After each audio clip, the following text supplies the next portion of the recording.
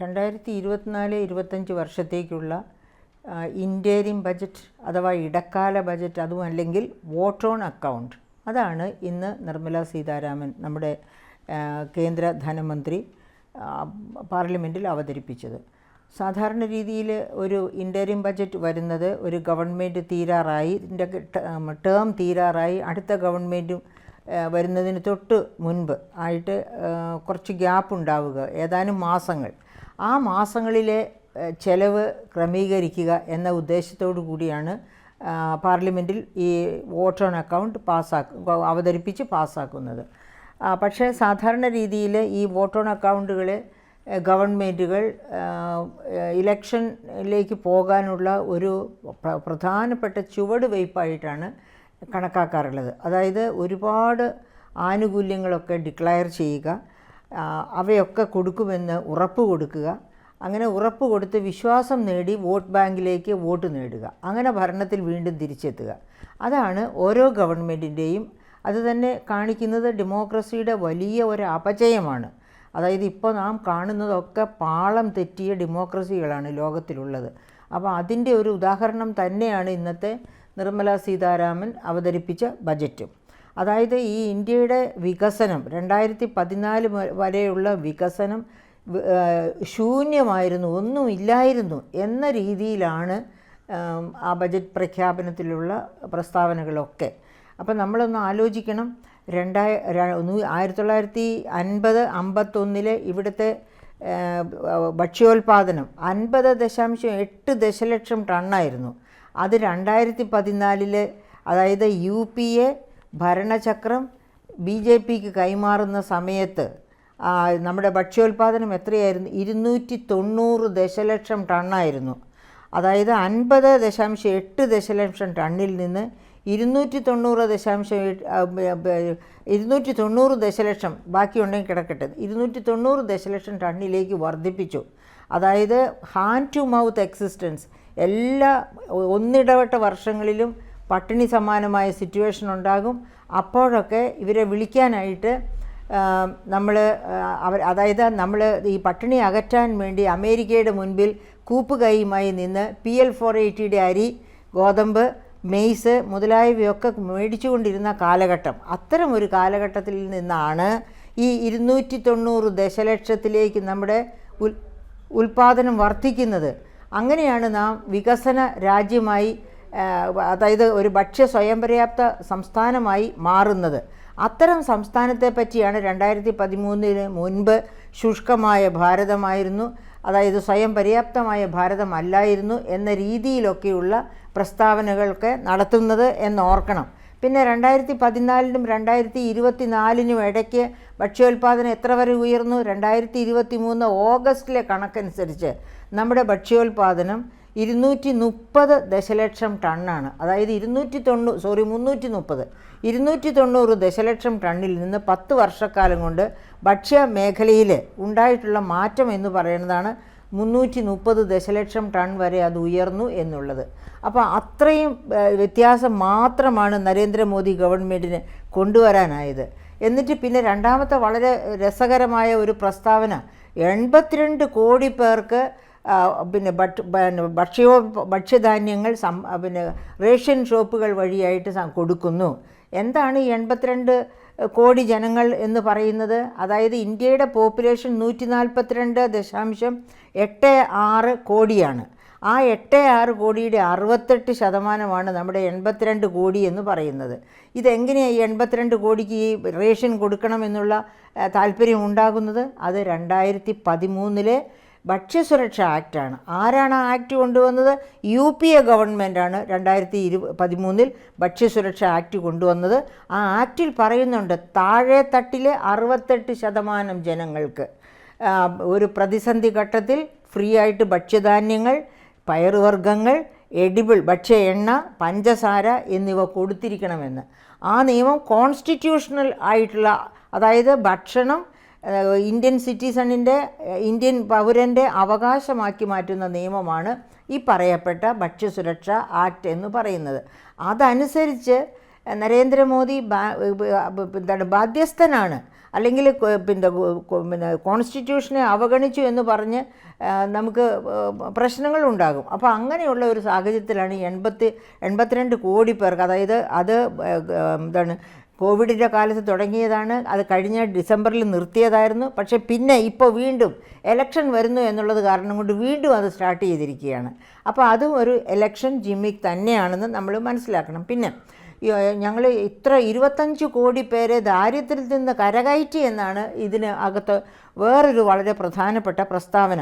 അപ്പോൾ അതിനെപ്പറ്റി നമ്മൾ നോക്കുമ്പോൾ നമ്മൾ ആദ്യം നോക്കുന്നത് MGNREGP, അതായത് മഹാത്മാഗാന്ധി തൊഴിലുറപ്പ് പദ്ധതി, അതാണ് നമ്മൾ നോക്കേണ്ടത്. ഈ മഹാത്മാഗാന്ധി തൊഴിലുറപ്പ് പദ്ധതി 2005 ആര് കൊണ്ടുവന്നു? ഒന്നാം UPA ഗവൺമെൻറ്റാണ് കൊണ്ടുവന്നത്. അതും ഒരു കോൺസ്റ്റിറ്റ്യൂഷണൽ അമെൻമെൻറ്റ് കൊണ്ടാണ്. അതായത് ലൈവ്ലിഹുഡ് സെക്യൂരിറ്റി, ജീവിക്കാനുള്ള അവകാശം, ആ ലൈവ്ലിഹുഡ് സെക്യൂരിറ്റിക്ക് വേണ്ടിയാണ് കൊണ്ടുവന്നിരിക്കുന്നത്. സാധാരണ രീതിയിൽ സ്ത്രീകളെയാണ് മുൻഗണനയോടുകൂടി തൊഴിലുറപ്പ് പദ്ധതി കാണുന്നത്. കാരണം സ്ത്രീകളുടെ കയ്യിൽ തൊഴിൽ ചെയ്ത് കിട്ടുന്ന പണം അവർ കുടുംബത്തിൻ്റെ ക്ഷേമത്തിന് വേണ്ടി ഉപയോഗിക്കും എന്ന കാരണം. പക്ഷേ ആർക്കും അതിനകത്ത് തൊഴിൽ ചോദിക്കാനും ചെയ്യാനും അവകാശമുണ്ട്. എങ്കിലും പ്രത്യേകമായിട്ട് കരുതുന്നത് ദരിദ്ര വിഭാഗത്തിൽപ്പെട്ട സ്ത്രീകളെയാണ്. അപ്പോൾ ദാരിദ്ര്യം ഉച്ചാടനം ചെയ്യാൻ വേണ്ടി UPA ഗവൺമെൻറ് കൊണ്ടുവന്ന ഈ പറയപ്പെട്ട തൊഴിലുറപ്പ് പദ്ധതി അത് നിലനിൽക്കുകയാണ്. അത് തന്നെയാണ് ഇപ്പോഴും. കോവിഡ് കാലത്തൊക്കെ ഒരുപാട് പേര് കോവിഡ് പിടിച്ച് മരിക്കുകയും ഒക്കെ ചെയ്ത് നദികളിലൂടെ ശവശരീരങ്ങൾ ഒഴുകി നടന്നതൊക്കെ നമ്മുടെ കൺമുൻപിലുണ്ട്. അപ്പോൾ പോലും മരണസംഖ്യ അത്രയും കുറച്ചത്, പട്ടിണി അത്രയും കുറച്ചത്, കാരണം ഭക്ഷ്യ സാധനങ്ങൾ കിട്ടിയാൽ മാത്രം പോരാ, മനുഷ്യർക്ക് മരുന്ന് വാങ്ങണം, അങ്ങനെ പല പല ആവശ്യങ്ങളുണ്ട്. അപ്പോൾ അതിനൊക്കെയുള്ള പണം കിട്ടിയത് ഈ തൊഴിലുറപ്പ് പദ്ധതിയിലൂടെയാണ്. അങ്ങനെയാണ് ഇന്ത്യ മറ്റ് രാജ്യങ്ങളെക്കാൾ സമർത്ഥമായ രീതിയിൽ കോവിഡ് എന്ന മഹാമാരിയിൽ നിന്ന് പിടിച്ചു നിന്നത്. അപ്പോൾ അങ്ങനെയുള്ള കാര്യങ്ങളെല്ലാം തമസ്കരിച്ചുകൊണ്ടാണ് ആ ഭക്ഷ്യസുരക്ഷാ ആക്ട്, അതുപോലെ തന്നെ തൊഴിലുറപ്പ് പദ്ധതി, ഇതൊക്കെയാണ് ദാരിദ്ര്യത്തിൽ നിന്ന് കരകയറ്റേണ്ടിയിരുന്നത്. പക്ഷേ യഥാർത്ഥ ദാരിദ്ര്യം എവിടെയാണ്? നരേന്ദ്രമോദി എവറിഡേ എല്ലാ ദിവസവും നമ്മളോട് ന്യൂസിലൂടെ പറയുകയാണ് 25 കോടി ജനങ്ങളെ ദാരിദ്ര്യത്തിൽ നിന്ന് കരകയറ്റിയെന്ന്. പക്ഷേ സത്യം എന്താണ്? നമ്മൾ ആഗോള ഗ്ലോബൽ ഹങ്കർ ഇൻഡെക്സ്, ദാരിദ്ര്യ ഇൻഡെക്സ് ആഗോള തലത്തിൽ പ്രിപ്പയർ ചെയ്യുന്നത്, അതൊക്കെ ഹൈലി റെപ്യൂട്ടഡ് ആയിട്ടുള്ള യുണൈറ്റഡ് നേഷൻസിൻ്റെ ഇൻസ്റ്റിറ്റ്യൂഷൻസ് ആണ്, വിങ്സ് ആണ് ഈ ഗ്ലോബൽ ഹങ്കർ ഇൻഡെക്സ് ഒക്കെ തയ്യാറാക്കുന്നത്. എന്താണ് അവരുടെ കണ്ടെത്തൽ? 2023 കൊണ്ടുവന്ന കണ്ടെത്തൽ എന്താണ്? 2012 ഗ്ലോബൽ ഹങ്കർ ഇൻഡെക്സിൽ 116 രാജ്യങ്ങളിൽ 42ാം സ്ഥാനത്തായിരുന്നു ഇന്ത്യ. ആ 42ാം സ്ഥാനത്ത് നിന്ന് 101ാം സ്ഥാനത്തേക്ക് 2023 നാം തള്ളപ്പെട്ടിരിക്കുന്നു, നാം പിന്തള്ളപ്പെട്ടിരിക്കുന്നു. അതാണ് അവസ്ഥ. ഇനി വേറൊരു വലിയ ക്ലെയിം എന്ന് പറയുന്നത് നമ്മൾ 5ാമത്തെ വലിയ GDP കൺട്രിയാണെന്നാണ് പറയുന്നത്. നമ്മുടെ GDP എത്രയാണെന്ന് നമുക്കറിയാം. അതായത് 3.3 ട്രില്യൺ, അല്ലെങ്കിൽ നരേന്ദ്രമോദി ഗവൺമെൻറ്റിൻ്റെ വായ്ത്താരി തന്നെ നമ്മൾ എടുക്കുകയാണെങ്കിൽ 3.7 ട്രില്യൺ ആണ് ഇപ്പോൾ നമ്മുടെ GDP. പക്ഷേ നമ്മുടെ പോപ്പുലേഷൻ എത്രയാണ്? 142 കോടി 86 ലക്ഷം. അപ്പോൾ പെർ ക്യാപിറ്റ ഇൻകം എത്രയാണ്? അതാണ് വളരെ രസകരം. ഈ ലോകരാഷ്ട്രങ്ങൾ 206 രാഷ്ട്രങ്ങളുടെ പട്ടികയിൽ 143ാം റാങ്കിലാണ്, സ്ഥാനത്താണ് നാം. അതായത് നമ്മുടെ പെർ ക്യാപിറ്റ ഇൻകം, ആളോഹരി വരുമാനത്തിൽ ഇന്ത്യയുടെ സ്ഥാനം 143ാം സ്ഥാനമാണ്. അപ്പോൾ എത്ര പരിതാപകരമായി എന്ന് വെച്ചാൽ, നമ്മൾ 3ാമത്തെ ലോകശക്തിയായി ഉയർന്നു എന്ന് പറയുമ്പോഴും നമ്മുടെ വികസനത്തിൻ്റെ എന്താ പറയുക, വികസനത്തിൻ്റെ കനികൾ ഭക്ഷിക്കുന്നത് ആരാണ്? ആരുടെ അടുത്തേക്കാണ് അത് പോകുന്നത്? അത് ധനികരുടെ അടുത്തേക്ക്, അഥവാ കോർപ്പറേറ്റ്സിൻ്റെയും കുറേ പണക്കാരുടെയും കോർപ്പറേറ്റ്സിൻ്റെയും കൈകളിലേക്കാണ് ഇവിടുത്തെ വികസനത്തിൻ്റെ മുഴുവൻ ഫലവും എത്തിച്ചേരുന്നത്. വികസനം എന്ന് പറഞ്ഞാൽ എന്താണ്? വളർച്ച എന്ന് പറഞ്ഞാൽ നമ്മുടെ GDPയിലുള്ള വളർച്ച, കാർഷിക, വ്യാവസായിക, സേവന മേഖലകളിലെ വളർച്ച. ആ വളർച്ച ഗ്രോത്ത് എന്ന് നമ്മൾ പറയുന്നത്. അത് ജനങ്ങളിലേക്ക് ഡിസ്ട്രിബ്യൂട്ട് ചെയ്ത് എത്തുമ്പോഴാണ് വികസനം ഉണ്ടാകുന്നത്. ആ വികസനം ഇന്ത്യയിൽ ഉണ്ടാകുന്നില്ല. 25 കോടി ദരിദ്രരെ കരകയറ്റി എന്ന് പറയുന്നത് ശരിയല്ല എന്ന് കാണിക്കുന്നതാണ് 2023 ഗ്ലോബൽ ഹങ്കർ ഇൻഡെക്സ്. ഇന്ത്യ സ്വന്തമായിട്ട് ഏത് തരം സ്റ്റാറ്റിസ്റ്റിക്സ് ഇപ്പോഴത്തെ ഈ നരേന്ദ്രമോദി ഗവൺമെൻറ് സൃഷ്ടിക്കുകയാണ്. അവർക്ക് അനുകൂലമായി അവർ ചെയ്യുന്നതെല്ലാം ശരിയാണ്, അവർ ജനസേവനം ചെയ്യുന്നെന്ന് വരുത്തി തീർക്കാൻ വേണ്ടി രേഖകൾ സൃഷ്ടിക്കുകയാണ്. അങ്ങനെ സൃഷ്ടിച്ച ഒരു രേഖയാണ് ഈ 25 കോടി പേരെ ദാരിദ്ര്യത്തിൽ നിന്ന് കരകയറ്റി എന്ന് പറയുന്നത്. യഥാർത്ഥത്തിൽ ഗ്ലോബൽ ഹങ്കർ ഇൻഡെക്സ് പറയുന്നത് പോലെ 42ാം റാങ്കിൽ നിന്ന് 101ാം റാങ്കിലേക്ക് നാം തലകുത്തി വീഴുകയാണ് ഉണ്ടായെന്ന് വെച്ചാൽ അതിദരിദ്രർ കൂടി ഇന്ത്യയിൽ ഈ കഴിഞ്ഞ 10 വർഷം കൊണ്ട് എന്നാണ് നാം വിശ്വസിക്കേണ്ടത്. അപ്പോൾ അങ്ങനെയുള്ള ഒരു കാലഘട്ടത്തിൽ എന്താണ് നിർമ്മലാ സീതാരാമൻ നമ്മളോട് വാഗ്ദാനം ചെയ്യുന്നത്? ഗരീബി ഹട്ടാവോ. ഈ ഗരീബി ഹട്ടാവോ എന്ന് അവർ പറഞ്ഞിട്ടില്ല. ഗരീബി ഹട്ടാവോ എന്ന മുദ്രാവാക്യം 1969-70 ഘട്ടത്തിൽ ഇന്ത്യയിൽ ഉദീരണം ചെയ്തത് ആരാണ്? മിസസ് ഗാന്ധി, അതായത് അന്ന് പ്രധാനമന്ത്രിയായിരുന്ന ഇന്ദിരാഗാന്ധിയാണ് ഗരീബി ഹട്ടാവോ എന്ന് പറഞ്ഞത്. എന്തിനു വേണ്ടിയാണ്? ബാങ്കുകളെ നാഷണലൈസ് ചെയ്തുകൊണ്ട് 14 കമേർഷ്യൽ ബാങ്കുകളെ നാഷണലൈസ് ചെയ്തുകൊണ്ടാണ് അവർ ഗരീബി ഹട്ടാവോയ്ക്ക് വേണ്ടിയാണ് ഇത് ചെയ്യുന്നത് എന്ന് പറഞ്ഞു. എന്തായിരുന്നു അതിൻ്റെ ലോജിക്ക്? അതിൻ്റെ ലോജിക്ക് എന്ന് പറയുന്നത് അന്ന് ബാങ്കിങ് മേഖല നഗരങ്ങളിൽ മാത്രം ഒതുങ്ങി, അതായത് വലിയ ബിസിനസ്സുകാർക്കും കോർപ്പറേറ്റ്സിനും മാത്രം വായ്പ കൊടുക്കുന്ന ഇതായിരുന്നു കമേർഷ്യൽ ബാങ്കുകളുടെ സ്വഭാവം. അപ്പോൾ സാധാരണക്കാർക്ക്, കർഷകർക്ക്, ചെറുകിട നാമമാത്ര സംരംഭകർക്ക് ഇവർക്ക് ആർക്കും വായ്പ കിട്ടില്ലായിരുന്നു. ഉപഭോക്തൃ വായ്പകളും ഇല്ലായിരുന്നു. അതായത് ഒരു സാധാരണ വിദ്യാഭ്യാസ വായ്പയില്ല, ഉപഭോക്തൃ വായ്പയില്ല, സാധാരണക്കാരിലേക്ക് എത്തുന്ന ഒരു തരം വായ്പകളും ബാങ്കുകൾ കൊടുക്കില്ലായിരുന്നു.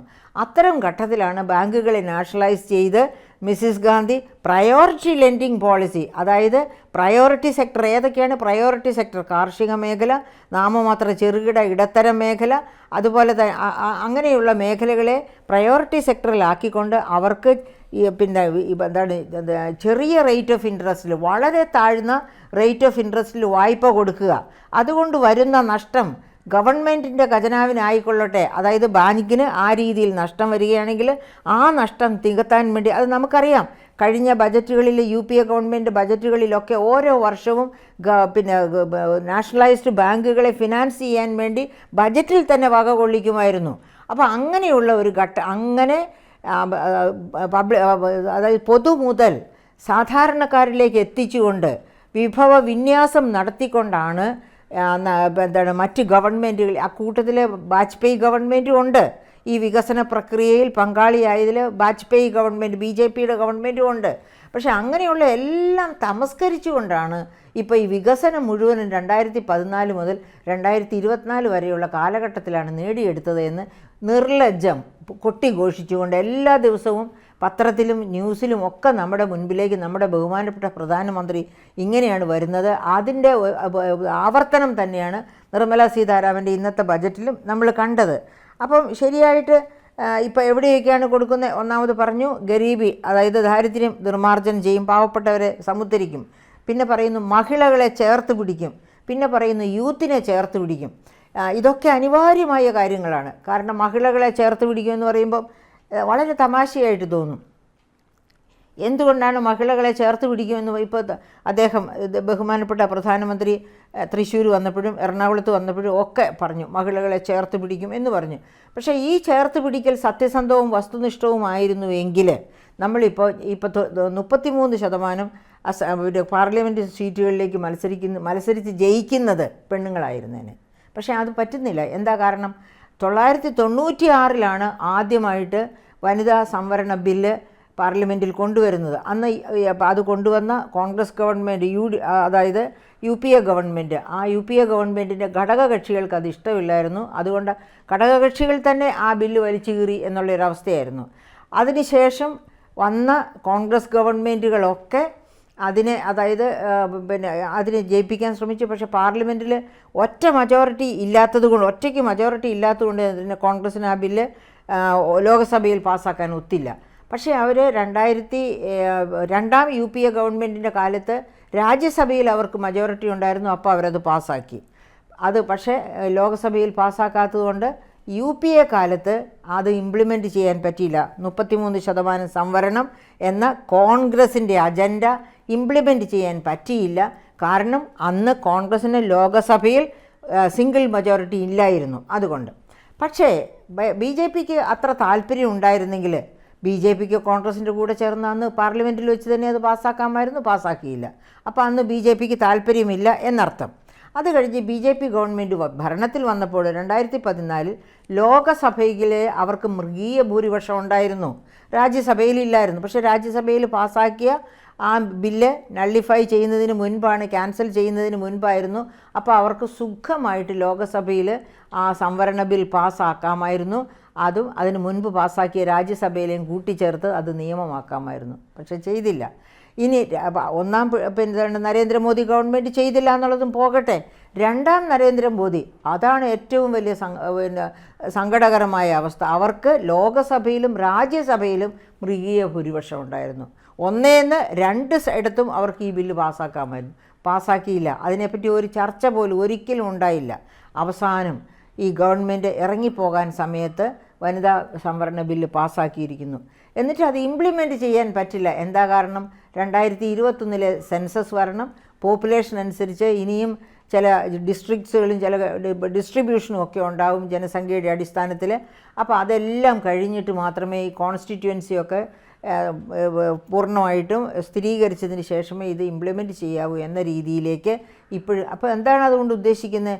ഒരു കാരണവശാലും ഈ സംവരണ ബില്ല് പാസ്സാകണമെന്ന് നരേന്ദ്രമോദിയോ BJPയോ ആഗ്രഹിക്കുന്നില്ല. സ്ത്രീകൾ എല്ലായ്പ്പോഴും ഒരു രണ്ടാന്തരം പൗരന്മാരായി തന്നെ ഇന്ത്യയിൽ കഴിഞ്ഞാൽ മതി എന്ന ധിക്കാരപരമായ ചിന്ത കൊണ്ട് മാത്രമാണ്, അതായത് ഇന്ത്യൻ സംസ്കാരത്തിൻ്റെ ഭാഗമാണ് പിന്നെ സ്ത്രീകൾക്ക് ഒരു രണ്ടാന്തരം പൗരൻ. അത് ഇപ്പോൾ ഇന്ത്യൻ സംസ്കാരത്തിൻ്റെ എന്ന് ഞാൻ പറയുന്നില്ല, ആഗോളതലത്തിലും അതേ പിന്നെ സംസ്കാരം തന്നെയാണ് നിലനിൽക്കുന്നത്. അപ്പോൾ അങ്ങനെ പക്ഷേ അതിൽ നിന്ന് ഒരു വിട്ടുവീഴ്ചയ്ക്കും തയ്യാറില്ല എന്ന് തെളിയിക്കുന്നതാണ് ഇപ്പോൾ നരേന്ദ്രമോദി ഗവൺമെൻറ്, ഒന്നാം ഗവൺമെൻറ്, രണ്ടാം ഗവൺമെൻറ്. അപ്പോൾ എന്നിട്ട് സ്ത്രീകളെ ചേർത്ത് നിർത്തുന്നു എന്ന് പറയുന്നതിൽ എന്താ അർത്ഥം? അതിനേക്കാൾ എത്രയോ സ്ത്രീകളെ ചേർത്ത് നിർത്തിയ ഗവൺമെൻറ്റായിരുന്നു UPA ഗവൺമെൻറ്. അതുകൊണ്ടല്ലേ തൊഴിലുറപ്പ് പദ്ധതി അവർ കൊണ്ടുവന്നത്. അതൊരു കോൺസ്റ്റിറ്റ്യൂഷണൽ അമെൻമെൻ്റ് ആയിരുന്നു. BJP ഗവൺമെൻറ് എത്ര കോൺസ്റ്റിറ്റ്യൂഷണൽ അമെൻമെൻറ്റ്സ് കൊണ്ടുവന്നു? അതൊന്നും ഇവിടുത്തെ ഏതെങ്കിലും ഒരു ജനവിഭാഗത്തെ സംരക്ഷിക്കുവാനോ ചേർത്ത് നിർത്തുവാനോ ശാക്തീകരിക്കാനോ അല്ല. അതൊക്കെ ഇവിടെ വിഘടനവാദങ്ങൾ സൃഷ്ടിക്കുവാൻ വേണ്ടി മാത്രമുള്ള നിയമങ്ങളായിരുന്നു എന്നുള്ളത് എനിക്ക് നിങ്ങൾക്കൊക്കെ ബോധ്യമുള്ളതാണ്. ഞാൻ അതിലേക്ക് 1, 2, 3 എന്നും പറഞ്ഞ് കടക്കുന്നില്ല. അപ്പോൾ അങ്ങനെയുള്ള ഒരു അവസ്ഥയിലാണ് മഹിളകളെ ചേർത്ത് നിർത്തുമെന്ന പൊളിവചനം നിർമ്മല സീതാരാമൻ സ്വന്തം ബജറ്റിലൂടെ, മഹിളയായിരുന്നു കൊണ്ട് സ്വന്തം ബജറ്റിലൂടെ ഇത്തരം പ്രസ്താവനകൾ നടത്തുന്നത് ഖേദകരമാണ്. എനിക്ക് നിർമ്മല സീതാരാമനോട് ഉണ്ടായിരുന്ന ബഹുമാനം ഒരുപാട് കുറഞ്ഞു പോയി. ഇത്തരം ഒരു പ്രസ്താവന ശരിക്ക് ചേർത്ത് പിടിച്ചിട്ടാണ് പ്രസ്താവന നടത്തി, ശരി. പക്ഷേ ഇത് ചേർത്ത് പിടിച്ചിട്ടല്ല. ചേർത്ത് പിടിക്കുന്നുവെങ്കിൽ ഏറ്റവും അനിവാര്യമായി വേണ്ട വനിതാ സംവരണ ബില്ല് അത് നടപ്പിലാക്കി കൊണ്ടുവേണമായിരുന്നു. അത് നടപ്പിലാക്കാതെ ചേർത്ത് പിടിക്കുന്നു എന്ന് പറയുന്നത്, നിൻ്റെ വോട്ടിങ് നിന്നെ ഞാൻ ചേർത്ത് പിടിക്കുന്നു, അത് കഴിഞ്ഞാൽ നീ നിൻ്റെ വഴി നോക്കി പൊക്കോളൂ എന്ന് പറയുന്നതിന് തുല്യമായിട്ട് മാത്രമേ എനിക്ക് കാണാൻ കഴിയുന്നുള്ളൂ. പിന്നെ അതുപോലെ യൂത്തിൻ്റെ കാര്യം, ഇത് നരേന്ദ്രമോദിയുടെ ആദ്യത്തെ ബജറ്റിൽ തന്നെ പറഞ്ഞിരുന്നു. യൂത്തിനെ എംപവർ ചെയ്യാൻ വേണ്ടി ടെക്നോളജി ട്രെയിനിങ്, അതായത് ഞാൻ അത് കൃത്യമായിട്ട് പറയാം. BJPയുടെ ആദ്യ ബജറ്റിൽ നരേന്ദ്രമോദി പറഞ്ഞിരുന്നത് ത്രൂ 5 T's, Tയിൽ തുടങ്ങുന്ന 5 പദങ്ങൾ കൊണ്ട് ഞാൻ ഇന്ത്യയെ വികസനത്തിൻ്റെ നെറുകയിലെത്തിക്കുമെന്നായിരുന്നു. എന്താണ് ഈ 5 T എന്ന് പറഞ്ഞാൽ? Technology, training, trade, tourism, tradition. ഇതായിരുന്നു ആ 5 T. ഞാൻ അന്നൊക്കെ അത് വളരെ സന്തോഷപൂർവ്വം സ്വീകരിച്ച ഒരു വനിതയാണ്. അപ്പോൾ ഈ ടെക്നോളജി എന്ന് പറഞ്ഞാൽ നമുക്കറിയാം, ടെക്നോളജിയിൽ ഗ്രോത്ത് ഉണ്ട്. അത് സെൻട്രൽ ഗവൺമെൻറ് പ്രൊമോട്ട് ചെയ്യുന്ന ഗ്രോത്ത് ഒന്നുമില്ല. ആഗോളതലത്തിൽ ടെക്നോളജിക്കൽ ഗ്രോത്ത് ഉണ്ട്. മാതാപിതാക്കൾ സ്വന്തം മക്കൾ നന്നാകണമെന്ന് വിചാരിക്കുന്നു. അതുകൊണ്ട് കേരളത്തിൽ കൂടുതലായിട്ട് ടെക്നോളജിയിലെ വികസനം ഉണ്ടാകുന്നു. അതുപോലെ തന്നെ ഓൾ ഇന്ത്യ തലത്തിലും ഉണ്ടാകുന്നു. അത് മക്കൾക്ക് വേണ്ടി മാതാപിതാക്കൾ ഇൻവെസ്റ്റ് ചെയ്യുന്നുണ്ട്. അതേസമയത്ത് GDPയുടെ ഇൻവെസ്റ്റ്മെൻറ്റ് നോക്കിയാലോ, അതായത് അയൽ രാജ്യങ്ങളും എല്ലാ വികസിത രാജ്യങ്ങളും അവരുടെ GDPയുടെ 5, 6, 7% വരെ വിദ്യാഭ്യാസത്തിന് വേണ്ടി മാറ്റിവെക്കുമ്പോൾ ഇവിടെ 3% താഴെ മാത്രമാണ് BJP ഗവൺമെൻറ് 2010 മുതൽ ഇതുവരെ 2024 വരെയുള്ള വർഷങ്ങളിൽ 3% താഴെ മാത്രമാണ് കാഴ്ചവെച്ചിട്ടുള്ളത്, കൊടുത്തിട്ടുള്ളത്. എന്ന് വെച്ചാൽ വിദ്യാഭ്യാസ മേഖലയിലെ ടെക്നോളജി വികസനമോ ഇതൊന്നും ഇപ്പോൾ എന്താ നമ്മുടെ ഈ ടെലികോം റവല്യൂഷനും ഒക്കെ വന്നത് തന്നെ സാം പിത്രോദ, രാജീവ് ഗാന്ധി പ്രധാനമന്ത്രിയായിരുന്ന സമയത്ത് സാം പിത്രോദയെ പറയുമ്പോൾ ഓർക്കണം, 100-ലേറെ പേറ്റൻസ് ഉള്ള ഇന്ത്യക്കാരനാണ് സാം പിത്രോദ. അങ്ങനെ ഇന്ത്യയെ ഒരു ടെക്നോളജിയുടെ നെറുകയിലെത്തിക്കും, യൂത്തിനെ ട്രെയിനിങ്ങിലൂടെ ശാക്തീകരിക്കും എന്ന് 10 വർഷം മുൻപ് പറഞ്ഞ അതേ പ്രസ്താവനയാണ് ഇപ്പോൾ നിർമ്മല സീതാരാമൻ ആവർത്തിക്കുന്നത്. ഈ ആവർത്തനത്തിലെ വിരസതയാണ് ഇന്ത്യൻ ജനത കണ്ടറിയേണ്ടതും പ്രതികരിക്കേണ്ടതും അതിനോടാണ്. 10 വർഷം കൊണ്ട് സത്യത്തിൽ ശാക്തീകരിക്കാമായിരുന്ന യൂത്തിനെ അത് ചെയ്തില്ല. അതുപോലെ നരേന്ദ്രമോദിയുടെ മറ്റ് ഒരു പ്രസ്താവന ഇതായിരുന്നു. അമേരിക്കയിൽ അദ്ദേഹം ചെന്നപ്പോൾ India has democracy, India has demography, India has demand, come make in India. അതായത് ഇന്ത്യക്ക് ഡെമോക്രസിയാണുള്ളത്, ഇന്ത്യയിൽ ഡെമോഗ്രഫി ഉണ്ട്, അതായത് ജനസംഖ്യ വളരെ വലുതാണ്, അതുകൊണ്ട് തന്നെ ഡിമാൻഡും ഉണ്ട് നിങ്ങളുടെ ഉൽപ്പന്നങ്ങൾക്ക്, അതുകൊണ്ട് നിങ്ങൾ ഇന്ത്യയിൽ വന്ന് പ്രൊഡ്യൂസ് ചെയ്ത് ഉൽപ്പാദിപ്പിക്കൂ. അതായിരുന്നു India has democracy, demography, demand, come make in India. അതായിരുന്നു അദ്ദേഹം അമേരിക്കയിൽ ചെന്നപ്പോൾ കോട്ട് ചെയ്യാവുന്ന തരത്തിൽ നടത്തിയ പ്രസ്താവന. അങ്ങനെ പ്രസ്താവന നടത്തിയ പ്രധാനമന്ത്രി, ആ പ്രധാനമന്ത്രിയുടെ 2ാം ഭരണകൂടം, ആ ഭരണകൂടത്തിലെ ധനമന്ത്രിയാണ് പറയുന്നത്, ഇപ്പോൾ ഞങ്ങൾ ഇവിടുത്തെ ഡെമോഗ്രാഫിക്, അത് പ്രധാനമന്ത്രി ഇപ്പോൾ നമ്മൾ ഒന്നാം പോപ്പുലേഷനുള്ള, ഒന്നാമത്തെ ലാർജസ്റ്റ് പോപ്പുലേഷനുള്ള രാജ്യമായിട്ട് മാറിയ സമയത്തും അദ്ദേഹം പറഞ്ഞു, അതായത് എന്താണ് അദ്ദേഹം പറയാൻ കാരണം, ഇന്ത്യയുടെ പോപ്പുലേഷൻ്റെ ശരാശരി വയസ്സ് എന്ന് പറഞ്ഞ് 28.5%, മറിച്ച് ചൈനയുടേത് 39.8%. അപ്പോൾ ഇന്ത്യ ഹാസ് പോപ്പുലേഷൻ ഡിവിഡൻ്റ് ഉണ്ട്. അതായത് നമ്മുടെ പോപ്പുലേഷൻ വാർദ്ധക്യം ബാധിച്ച പോപ്പുലേഷനല്ല, 28.5% അവരുടെ ഏജ്, ശരാശരി ഏജ്. അതുകൊണ്ട് അതിനെ ഡിവിഡൻ്റാക്കി മാറ്റാം, അതിനെ നമുക്ക് വലിയ തലത്തിൽ പ്രയോജനപ്പെടുത്താം, നമ്മുടെ വികസനത്തിന് പ്രയോജനപ്പെടുത്താം എന്നാണ് അദ്ദേഹം പറഞ്ഞു. ശരിയാണത്. പക്ഷേ അതിന് വികസനത്തിന് പ്രയോജനപ്പെടുത്താമെന്ന് 28.5% ഉള്ളപ്പോഴല്ല പറയേണ്ടത്, മറിച്ച് 10 വർഷം മുൻപേ ഈ മുദ്രാവാക്യം ഉദീരണം ചെയ്തുകൊണ്ട് അദ്ദേഹം യൂത്തിൽ ഇൻവെസ്റ്റ് ചെയ്തിരുന്നു, അവരുടെ ട്രെയിനിങ് നന്നാക്കിയിരുന്നെങ്കിൽ, എഡ്യൂക്കേഷനിൽ ഒരുപാട് ഇൻവെസ്റ്റ് ചെയ്തിരുന്നെങ്കിൽ, അതായത് GDPയുടെ ഒരു 5% എങ്കിലും എഡ്യൂക്കേഷനിൽ ഇൻവെസ്റ്റ് ചെയ്തിരുന്നെങ്കിൽ ഇപ്പോൾ അദ്ദേഹം ഈ പറയുന്നത് റിയലിസ്റ്റിക് ആണ് എന്ന് നമുക്ക് പറയാമായിരുന്നു, സത്യസന്ധമാണ്, വസ്തുനിഷ്ഠമാണ്. പക്ഷേ ഇപ്പോൾ അദ്ദേഹം പറയുന്നത് വേറും, അതായത് പുരപ്പുറത്തു നിന്ന് വിളിച്ചു കൂവുന്നത് മാത്രമാണ്, ഒന്നും നിലം തൊടുന്ന സത്യങ്ങളല്ല എന്നുള്ളത് പ്രിയപ്പെട്ട സുഹൃത്തുക്കളെ നിങ്ങൾ മനസ്സിലാക്കണം. അപ്പോൾ അതുപോലെ പിന്നെ വേറൊന്ന് പറഞ്ഞ്, അപ്പോൾ അങ്ങനെ യൂത്തിനെ ചേർത്ത് നിർത്തുന്നത് വെറും അബദ്ധമായി, വെറും വായ്ത്താരിയായി, ഇങ്ങനെ ഒരുപാട് കാര്യങ്ങൾ ഓരോന്നും. ഇപ്പം നിർമ്മല സീതാരാമൻ ഇന്നിപ്പം നമ്മുടെ മുൻപിൽ അവതരിപ്പിച്ച ബജറ്റിൽ പറഞ്ഞിരിക്കുന്ന ഓരോ കാര്യത്തെയും നമുക്ക് ഗണ്ണിക്കാൻ പറ്റും.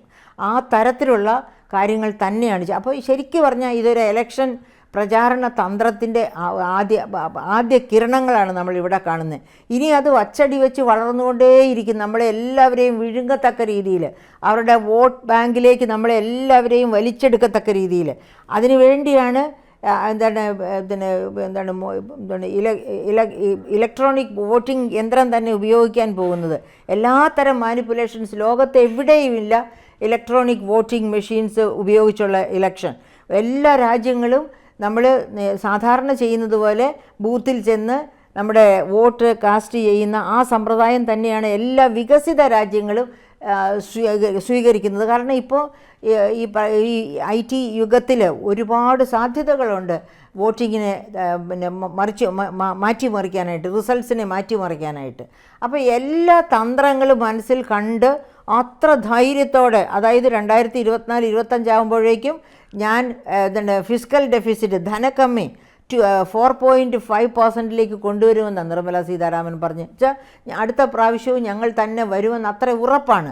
അപ്പോൾ അതിനുവേണ്ടി ഏത് തരം ജിമ്മിക്സും കാണിക്കാൻ തയ്യാറായ ഒരു ഗവൺമെൻറ്റിനെയാണ് ഒരു ഗവൺമെൻറ്റാണ് ഇപ്പോൾ നമ്മുടെ മുൻപിൽ ഇങ്ങനെ ഒരു ബജറ്റുമായിട്ട് വന്നത്. അപ്പോൾ ഈ ബജറ്റിൻ്റെ ഒരു പ്രത്യേകത ഞാൻ ആദ്യം പറഞ്ഞതുപോലെ തന്നെ ഇതിൽ ഒരു നികുതി വർധനവും വരുത്തിയിട്ടില്ല. സത്യത്തിൽ ഒരു ഇന്ത്യൻ ബജറ്റിൽ അങ്ങനെ നികുതി വർധനവോ നികുതി ഇളവുകളോ കൊടുക്കുന്നത് ശരിയുമല്ല. അപ്പോൾ ഇത് പാലിച്ചിട്ടുണ്ട്. കാരണം ഇപ്പോൾ നികുതി ഇളവുകൾ കൊടുക്കാവുന്നത് കോർപ്പറേറ്റ്സിന് മാക്സിമം നികുതി ഇളവ് ഓൾറെഡി 30% ഘട്ടം ഘട്ടമായി കുറച്ച് 22% എത്തിച്ചിരിക്കുകയാണ്. പിന്നെ ഇമ്പോർട്ട് ഡ്യൂട്ടികളും മറ്റതുപോലെയുള്ള ഇൻകം ടാക്സും അങ്ങനെ ഒരു നികുതിയിലും മാറ്റം വരുത്തിയിട്ടില്ല എന്നുള്ളത് ആശ്വാസകരമായ കാര്യമാണ്. പക്ഷേ അടുത്ത പൂർണ്ണ ബജറ്റ് വരുമ്പോൾ എന്ത് സംഭവിക്കും എന്ന് നമുക്കറിഞ്ഞൂടെ, ഏത് ഗവൺമെൻറ് വന്നാലും. അങ്ങനെ ഇരിക്കെ നികുതി വരുമാനമായിട്ട് കാണിച്ചിരിക്കുന്നത് 11.8 ലക്ഷം കോടി രൂപയും ആകെ ചെലവ് അടുത്ത ബജറ്റിലെ ചിലവായിട്ട് കാണിച്ചിരിക്കുന്നത് 44.90 ലക്ഷം കോടിയുമാണ്. പക്ഷേ അതിന് രണ്ടിനും പ്രസക്തിയില്ല. കാരണം അടുത്ത ഗവൺമെൻറ് ഇവർ തന്നെയാണ് ഗവൺമെൻറ് ഫോം ചെയ്യുന്നത്. അങ്ങനെ ഗവൺമെൻറ് ഫോം ചെയ്ത് വന്നു കഴിഞ്ഞാൽ തന്നെ BJPയുടെ വിഭവ സമാഹരണ മാർഗ്ഗങ്ങൾ ഏതൊക്കെയായിരിക്കും, ചെലവ് എങ്ങനെയൊക്കെ ആയിരിക്കും, ഈ പ്രയോറിറ്റി ഇപ്പോൾ പറയുന്ന പ്രയോറിറ്റി ആയിരിക്കുകയില്ല ഈ ഒരിക്കൽ കൂടി ഭരണത്തിൽ വന്നാൽ. അപ്പോൾ സമസ്ത പ്രയോറിറ്റിയും മാറി മറിയും എന്നുള്ളതിന് യാതൊരു സംശയവുമില്ല. ഈ ചേർത്ത് പിടിക്കൽ ഇപ്പോൾ വാക്കിലെങ്കിലും ഉണ്ട്, അന്ന് വാക്കിലും പ്രവൃത്തിയിലും ചേർത്ത് പിടിക്കൽ ഉണ്ടാവില്ല എന്നതാണ് നമ്മുടെ അനുഭവം നമ്മളെ പഠിപ്പിക്കുന്നത്. അതുകൊണ്ട് ഈ ഇടക്കാല ബജറ്റിന് അത്ര ആശ്വാസകരമായ ബജറ്റല്ല. അത് വോട്ട് ബാങ്ക് രാഷ്ട്രീയത്തിൻ്റെ ഒരു പ്രകടന പത്രിക മാത്രമായിട്ടാണ് എനിക്ക് തോന്നുന്നത്.